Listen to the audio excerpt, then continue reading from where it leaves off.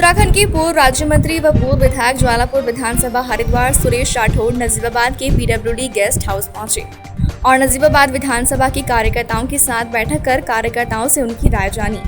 साथ ही मीडिया से बातचीत के दौरान नगीना लोकसभा भाजपा से अपनी दावेदारी पेश की। उत्तराखंड के पूर्व राज्य मंत्री और विधायक सुरेश राठौड़ ने कहा, भाजपा ही एक ऐसी पार्टी है जो सबका साथ सबका विकास लेकर चलती है। आने वाले 2024 के चुनाव में भाजपा ही अपना पूर्ण बहुमत से परचम लहराएगी।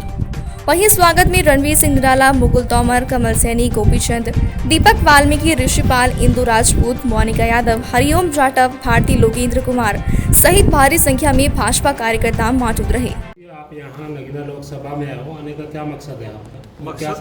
मकसद तो मेरी जन्मभूमि है और इतना मुझे याद है कि भगवान राम ने जब लंका के अंदर विजय प्राप्त कर ली थी तो लखनलाल जी कहने लगे कि भैया अब तो हमें सोने की लंका मिल गई है। तो रामचंद्र जी ने कहा कि लखनलाल ये हमारे किसी काम की नहीं है, जननी जन्मभूमि स्वर्गदापी करती, कि जन्म देने वाली माँ और जन्मभूमि जिसमें मैंने जन्म लिया वो स्वर्ग से महान है।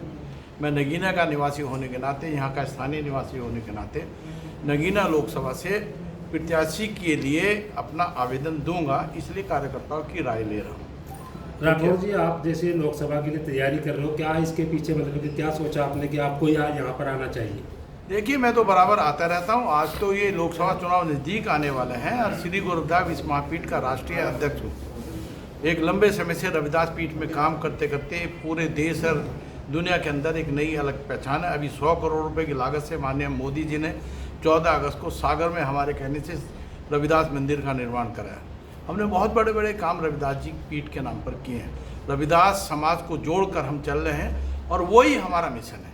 हम चाहते हैं जहाँ भगवान श्री राम का नाम होगा, जहाँ भगवान रविदास जी होंगे, मिलजुल कर काम करेंगे तो रिजल्ट कुछ और ही आएगा। बाकी नेताओं से अलग लोकसभा में आपका क्या काम करने की प्राथमिकता है या क्या सोच रहे हैं? देखिए, यहाँ एक निश्चित रूप से मैं कह सकता हूँ, जब भी कोई अवसर मिला वो बाहरी लोगों को मिला और बाहरी लोग चिंता करते नहीं।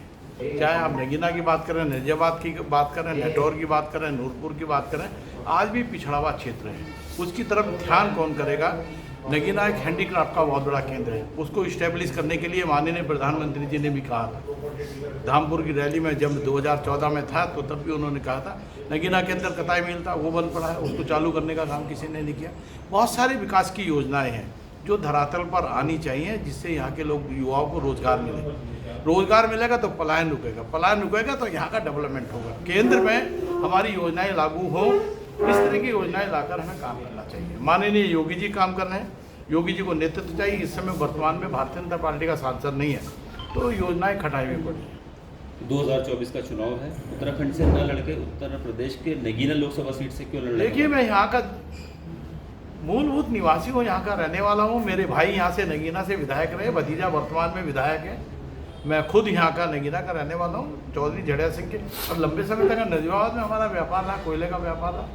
तो हम यहाँ के मूल निवासी हैं। मूल निवासी होने के नाते अपनी मांग है 2014। अगर नगीना सीट से आपको टिकट मिलता है और आप लड़ते हैं तो क्या प्राथमिकता रहेंगी? प्राथमिकता मैंने कहा, यहाँ जो अनडेवलप्ड क्षेत्र है, जो विकास से आज भी कोसों दूर है, कुछ लोगों के द्वारा यहाँ पर जो अनदेखी की गई थी, आपको ध्यान नहीं होगा, जिस समय BHL का निर्माण हो रहा था उसका केंद्र इस नगीना को चुना गया था, लेकिन कुछ लोगों के द्वारा उसको उठाकर हरिद्वार भेज दिया गया। ऐसी बड़ी बड़ी योजनाओं को लाकर यहाँ पर क्रियान्वयन होना चाहिए, रोजगार मिलना चाहिए। युवाओं को रोजगार मिलेगा, बेरोजगारी दूर होगी तो समस्या का निदान होगा, पलायन रुकेगा। क्या उम्मीद है कि 2024 में भारतीय जनता पार्टी की सरकार पूर्ण बहुमत से बना पाए? निश्चित रूप से भारतीय जनता पार्टी की पूरे देश के अंदर सरकार बनेगी और नगीना लोकसभा भी बम्पर वोटों से जीतेंगे। धन्यवाद।